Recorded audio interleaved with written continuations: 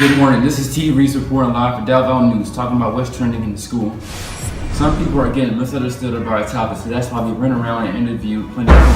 Hi, I'm Davion, and I wanted to interview you about the controversy of the school closing. Okay. And I want to get your opinion on some questions. Sure. The first question is, what do you think we can do to try to prevent the school from closing? I think we all have to understand that our voices matter and that they mean something. So we live in a democracy, meaning that each of us, wherever we live, we have elected representatives that represent our interests. And so one thing I think would be really important is for the students to reach out to those elected representatives, to reach out to the mayor's office, to reach out to different politicians.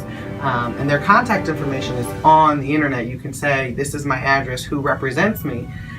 Because they have to hear their constituents. You know, this is a public school, everyone pays taxes, and their tax dollars mean something to their kids' education. Mm-hmm. So I think that it's important to make sure that our students, our staff, our families know that there is still a fight to be had, and that it's important that we do fight because, you know, we always worry about what's going to be here next year, because if not Del Valle, where? Is sort of my question.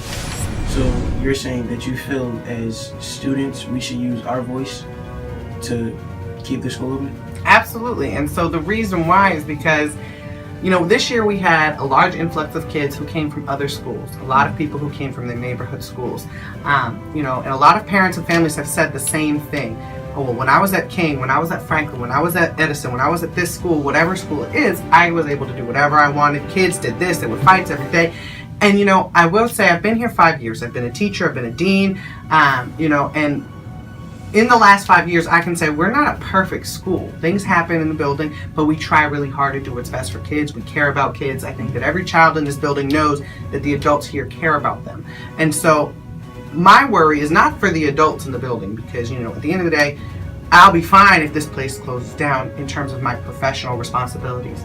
But what won't be fine is where are 500 kids going to go to school next year? And that's a problem for me because I really think about where my kids live, where are they going to go? So are we going to send our kids to King? Are we going to send our kids to South Philly? Are we going to send our kids to Bartram? And those are schools that are not doing good things for kids and they're not safe for students. Mm-hmm. And so because of that, you know, I have to continue to fight and I have to say we have to fight and our students have to fight because I don't want those schools to be your only options. If the district was going to say, oh yeah, we're going to let everybody in Central, fine. Go to Central. I know that that's a good school. I know that good things are happening for kids. But, you know, if your options are going to be neighborhood schools, that's not a good option for me.